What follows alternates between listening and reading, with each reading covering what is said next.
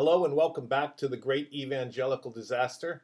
Today we're going to take another look back in the Old Testament and see another illustration or metaphor for the gospel of salvation so that we might better understand what is expected of us, those who are called from death into life, from darkness into light, so that we might run this race in a way that would be pleasing to the Lord's, so we will here one day enter into the joy of your master. That is the whole reason for literally all of these videos, and this is in keeping, hopefully, with that spirit.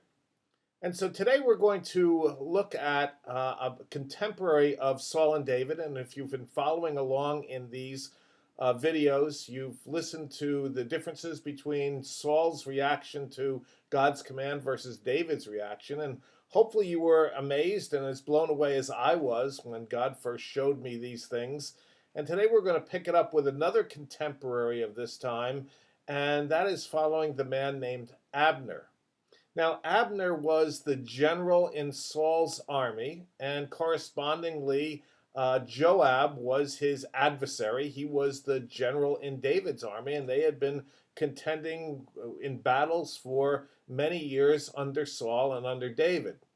And we pick up the story after the death of Saul and after the death of Jonathan, and Ishbosheth, which is Saul's other son, was just anointed king by Abner. So, and it says that Ishbosheth reigned for another 2 years. So this civil war didn't end at the death of Saul and Jonathan, but it continued for another 2 years after that. So let's pick up the story in 2 Samuel chapter 2, starting in verse 17. It says this: "That day the battle was very severe, and Abner and his men of Israel were beaten before the servants of David.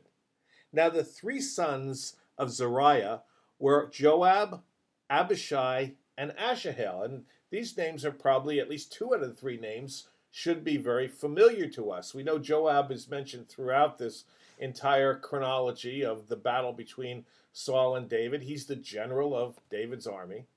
And Abishai, if you recall, was the brother who went with David on the almost suicide mission into Saul's camp. And Abishai wanted to slay Saul because he came to the conclusion, very logically, that God has delivered once again your enemy into your hands, David. And David prevented Abishai from slaying Saul.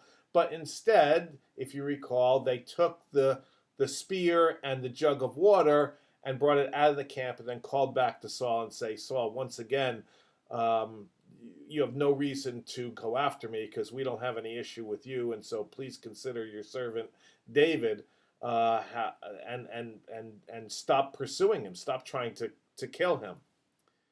And so here he is, this third son, this third brother, Ashahil, who is the youngest brother. And anytime you're a part of a great military family, you want to make sure that you are able to show your muster and show that you're worthy of being associated with these very noble, brave, and outstanding brothers of yours.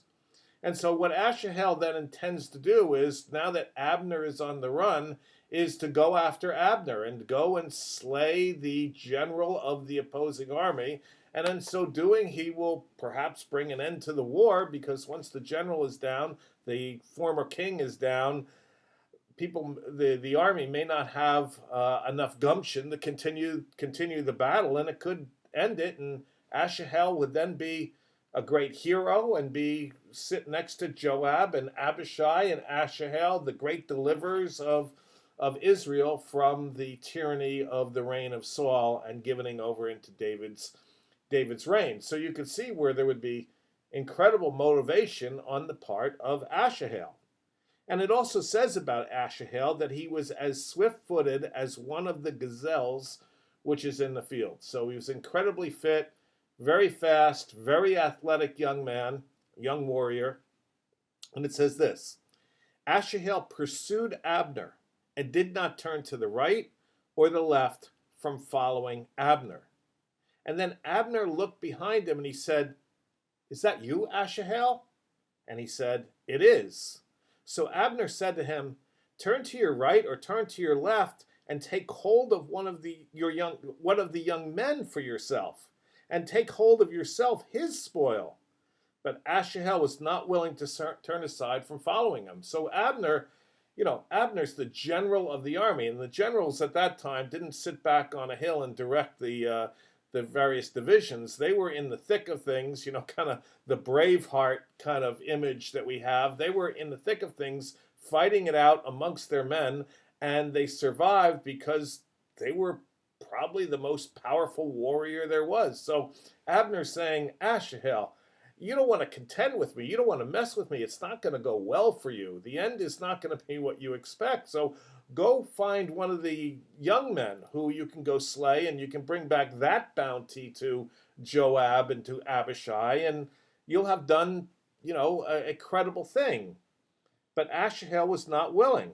And then Abner repeated again to Ashahel. So he's earnestly trying to put some sense into this young man and say, you don't want to do this, Ashahel. It's not going to be good. He says, turn aside from following me.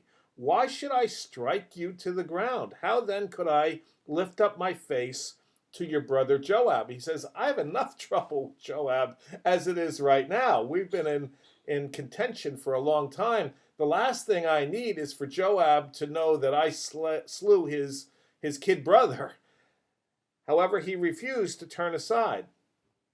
Therefore, and this is key, Abner struck him in the belly with the butt end of the spear, so that the spear came out his back. But you see what's happening here is Abner didn't take the pointy end of the spear and stab him with it. No, he turned it around and just kind of jabbed him with the butt end of the spear, just to kind of, hit him in the belly, to knock the wind at him, to force him to just double over and not be able to pursue him anymore. He didn't intend to kill him. Clearly, he gave him 2 warnings. He gave him reason why he didn't want to kill him. He took the butt end of the spear just to give him a quick jab and to brush him back, and he didn't want to kill him. But unfortunately, for whatever reason, either Ashahel tripped at that time, or Abner didn't realize, how forceful he tried to jab him. It went in and he came out the back of him.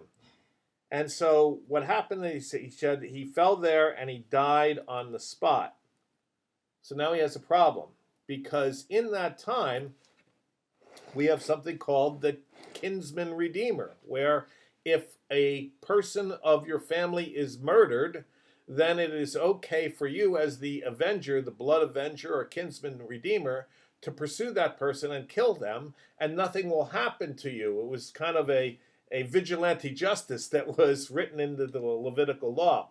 We see this in Numbers 35, starting in verse 16. It says this, but if he struck him down with an iron object so that he died, he is a murderer, and the murderer shall surely be put to death. And it goes on either with a stone object or a wooden object, the same thing. And then it concludes by saying, the blood avenger himself shall put the murderer to death. He shall put him to death when he meets him. And Joab, being the oldest son of the family, it fell on his responsibility to be this kinsman redeemer, or this blood avenger, for the blood of Ashahel, his younger brother. And so Abner escaped, but he knew that this was on his head, and so he's got a problem. Now, in the meantime, Ishbosheth then comes to Abner and accuses Abner of sleeping with one of Saul's concubines. Now, this was incredibly disrespectful for Ishbosheth, especially in light of the fact where it is very apparent that Abner is innocent of this heinous act, this dishonor toward the authority and rule of the king. And so he's being falsely accused by Ishbosheth. Now, Abner's thinking to himself, I have stood through thick and thin with this family. Clearly, God has anointed David, yet at the same time, I pledged my allegiance to Saul and the house of Saul. I've then made Ishbosheth the king over Israel, and I could have probably chosen someone else to do it. And here's this young punk, if you will, coming to me and accusing me of something that A, shouldn't even be that much of a concern to him, and B, in the light of all that's going on, and that we're fighting a battle for the very existence of the household, and I'm the one who has been fighting this battle. What are you doing? And it ticked him off to such a degree that he had decided that day, you know what? I'm done with these guys. And so he went to David and he said, David, we know that God has anointed you the king over Israel, and it's going to come to pass. So I pledge to you today, if you'll accept my pledge, to offer up all of Israel to you, and we can end this thing and move on, and Israel can be united as a single nation. And David says, that sounds great. Just one thing that I'd ask you to do in the meantime is that you would go and bring my wife, Michal, to me, and so that I might be reunited with her. And Abner went ahead and he did that. And so then Abner fulfilled his promise, and it says that Abner had consultation. This is 2 Samuel 2:17 now, or 3:17. Abner had consultation with the elders of Israel. Now, Israel was Saul's domain, or Ishbosheth's now domain, saying, in the times past you were seeking for David to be king over you. Now then do it. For the Lord has spoken to David, saying, by the hand of my servant David, I will save my people Israel from the hand of the Philistines and from the hand of all their enemies. And then Abner also spoke in hearing of Benjamin. Well, Benjamin was the very tribe where Saul came from. So he's going right at the heart of the epicenter, if you will, of the nation that Ishbosheth was king over, and he was convincing them to side with David. And then after he had done this, Abner and 20 men came to David at Hebron, and Hebron was the place where David was reigning in absentia, because Jerusalem was being controlled by Ishbosheth and his men. So David was reigning in Hebron, and David made a feast for Abner and the men who were with him. And Abner said to David, let me arise and go and gather all of Israel to my lord and the king, that they will make a covenant with you, and you may be king over all your soul desires.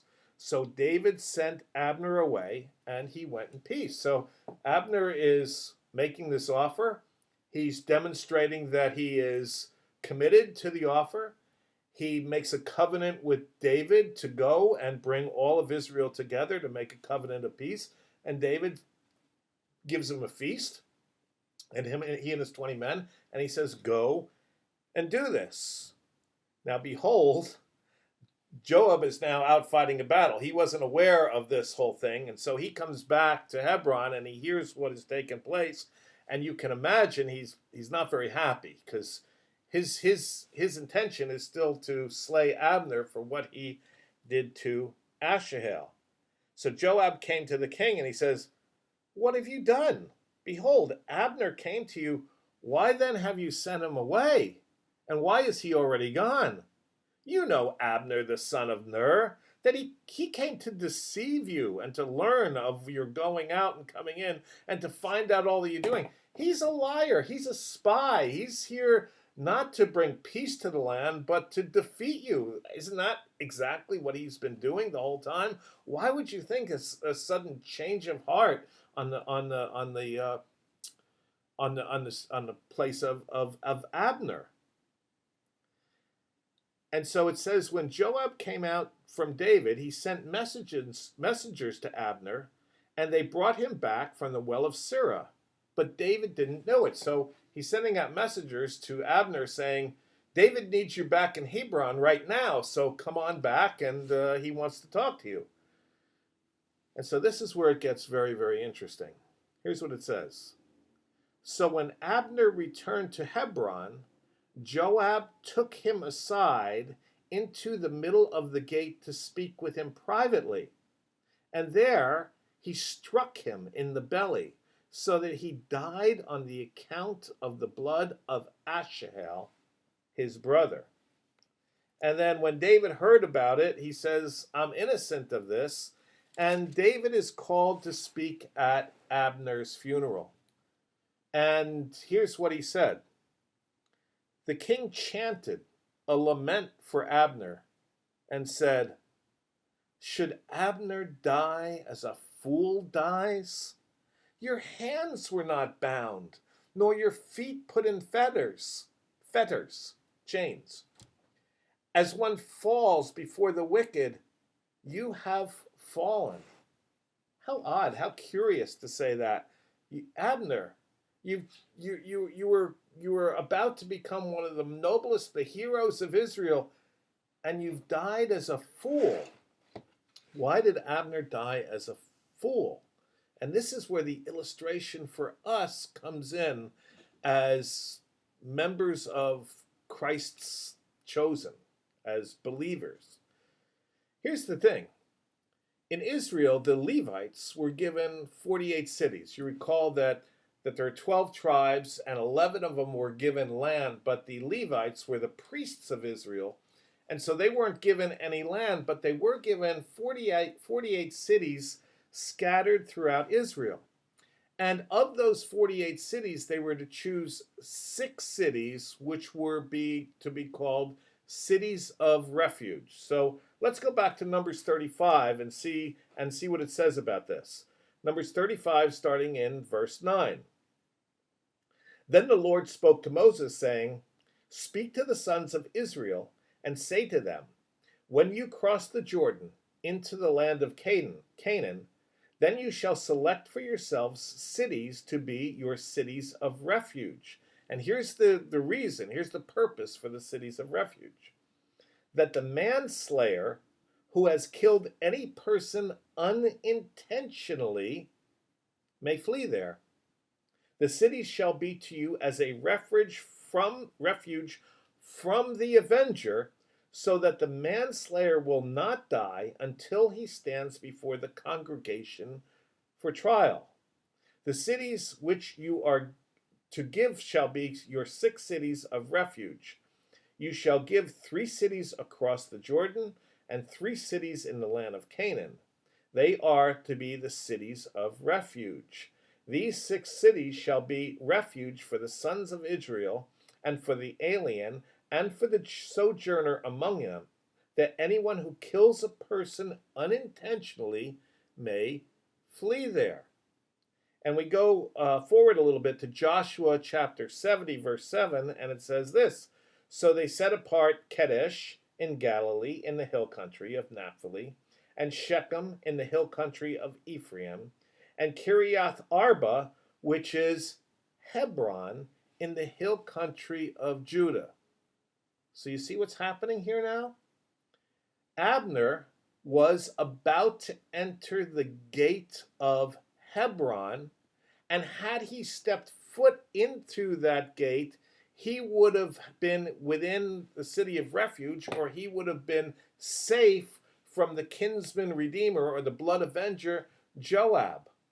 But within steps of safety, he turned away because Joab called him, because he thought, well, since I'm partnered now with David and I'm delivering all of Israel into his hands, surely this thing with Ashahil isn't going to be something that Joab is going to pursue now. But he was wrong.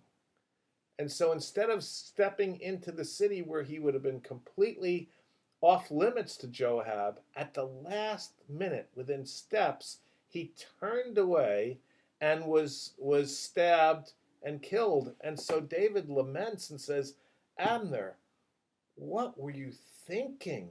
Your hands were not bound. Your feet were not in fetters. You were fully free to walk right in through the gate where you would have been safe. And yet at the last minute, you turned aside to the man that you knew had a grudge against you. Why would you do that?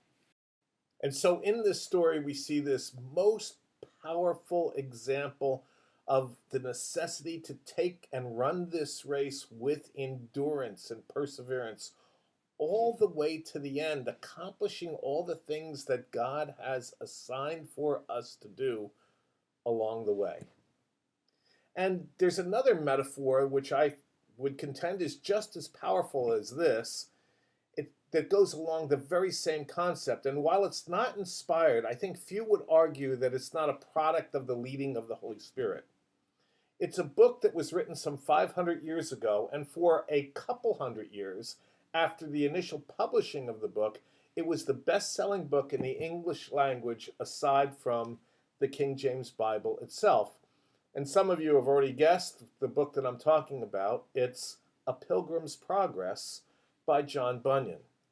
And in the book, in the last paragraph of the last chapter in the book, he speaks of a man who he calls ignorance. And John Bunyan names his characters after the attribute of those characters. And just to set it up, just beforehand, two other characters, Christian and Hopeful, are going through this deep river, and it's such a strong current and so deep that Christian is in despair, and he doesn't think he's going to make it through the river. And Hopeful has to encourage him and say, this is just a trial that has been given to us by the Lord, and by faith you will make it through the river. And through a very difficult time, they finally make it to the other side. So they're standing on the bank of the river after they come across, and they look back from where they came, and here, lo and behold, they see ignorance entering into the same river that they just forded. Here's what he says. Now, while I was gazing upon all these things, I turned my head back to look, and I saw ignorance come up the riverside. But he soon got over, and that not without the difficulty that the other two men met with. For it happened that there was in that place one vain hope, a ferryman, and that with that boat helped him over. So he, as the other I saw, did ascend the hill and come to the gate, only he came alone. Neither did any man meet him with the least encouragement. Now when he was at the gate, he looked upon the writing that was above, and he began to knock, supposing that the entrance should be quickly administered to him.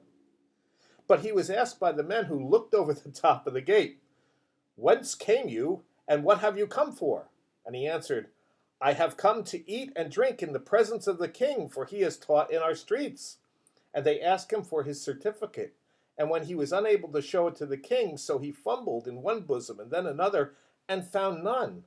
And then they said, Have you none?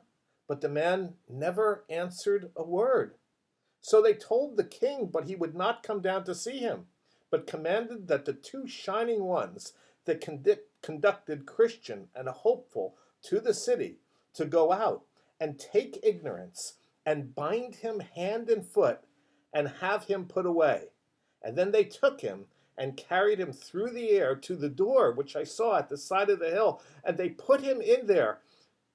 And then I saw that there was a way to hell, even from the very gates of heaven itself. And this is a sobering reminder that John Bunyan is telling us that we need to be diligent all the way to the end, just like Abner. So what exactly was ignorance ignorant of? What did he not understand that would cause him to get all the way to the door of the celestial city, to be knocking on the door of the celestial city, to be expected to be welcomed in by the king and everybody else? And when he appealed to the king not only did not come to open the door for him, but instructed he be bound hand and foot and cast into the outer darkness. Well, it's the story that we are probably familiar with from Matthew 22, where Jesus teaches on this very thing. And we see that as we read, and starting in verse 11, when the king came in to look over his dinner guests, he saw a man who was not dressed in wedding clothes. And he said to him, Friend, how did you come in here without wedding clothes? And the man was speechless. Then the king said to his servants, Bind him hand and foot, and throw him into the outer darkness. In that place there will be weeping and gnashing of teeth. So again, we see the story that John Bunyan was metaphorically illustrating in his book, but we still don't know exactly what ignorance was ignorant of, do we? Well, we see that explained to us in the book of Revelation. Now we see that ignorance showed up at the wedding feast. He showed up, though, without the proper clothing on, and because he didn't have the proper clothing on, and he didn't have an explanation either. He didn't know that he was supposed to have the proper clothing on. That's very important. He was thrown out, bound hand and foot, and thrown into the outer darkness where there's weeping and gnashing of teeth. So what is the clothing that was required in order to remain at the wedding that ignorance was ignorant of, or this man was ignorant of? In Revelation 19, verses 7 and 8, it tells us very clearly what it is. Here's what it says. Let us rejoice and be glad and give glory to him, for the marriage of the Lamb has come, and the bride has made herself ready. It was given to her to clothe herself in fine linen, bright and clean, for the fine linen is the righteous acts of the saints. So what exactly was ignorance ignorant of? He was ignorant of the responsibility, of the expectation to do the good works that God has assigned him to do in order to be let into and participate in the wedding feast as the bride of the bridegroom. He is the man who was told that salvation is by faith alone, by grace alone, apart from anything that you could possibly do, that all of your righteousness is filthy rags. So don't dare to try to do anything pertaining to salvation. Don't put those white linen robes on. You don't need them. And if you try to do that, all you do is undermine the work that Christ has done and the shed blood that he has poured out on your behalf. And that's the ignorant lie. And how do we get to the point where we become ignorant? And I would contend to you that Jesus explains that to us as well. And he's not going to have any sympathy or, as we see clearly in this, any mercy for those who are ignorant, not who willfully disobeyed necessarily. I mean, that's certainly a whole other category. But this person was ignorant. He was unaware of the requirement to participate and remain at the wedding feast, that he needed to do the good deeds associated with a true, obedient, and abiding faith walk, the commandments of Jesus that come to the believer that he would diligently pursue with endurance and perseverance. And we see another parable of Jesus in Luke 16. And we're probably familiar with this one as well. And so we're really not ignorant of these things, but we need to be able to contemplate them, not write them off, not distort them, but really consider what Jesus is speaking to us. And what I'm speaking is the rich man and Lazarus. And we know about this, and we see that the rich man is in torment, and he doesn't even have a drop of water to cool his tongue in torment. And he reaches out and he sees Lazarus sitting in Abraham's bosom, who was a beggar that he knew during his life. And he calls out to Abraham and he says, Abraham, I'm not asking for mercy for me, but go and tell my brothers that they're ignorant of what they need to do in order not to end up in this very place of torment where I am. And Abraham responds and he says, they have Moses and the prophets. Let them hear them. They have the Old Testament. And we recall from the last series of videos where Paul instructs Timothy that he should study the ancient scriptures because in studying them, they would lead him to salvation through faith in Jesus Christ. And so Abraham doesn't have any sympathy for this man's brothers who are going down the road where they think they're going to enter into the kingdom. They've been told, just like ignorance, by vain hope. Isn't that interesting that John Bunyan calls the ferryman that brings them across the trials vain hope? In other words, he has a hope, he has an expectation of entering the kingdom, just like all of these people who believe this false gospel that says it's all justification is a one-time event which guarantees salvation apart from you, and it's by Christ's righteousness alone is the only thing that is going to be that which ensures your entrance into the kingdom. That's the vain hope. That's the ferryman. And Abraham says they have the scriptures. Let them read them. And he says, no, no, no. If somebody comes back from the dead, then they'll believe. And Abraham says, no. Even if somebody comes back from the dead, it's just like when Jesus says, these very rocks will cry out. They will cry out in testimony.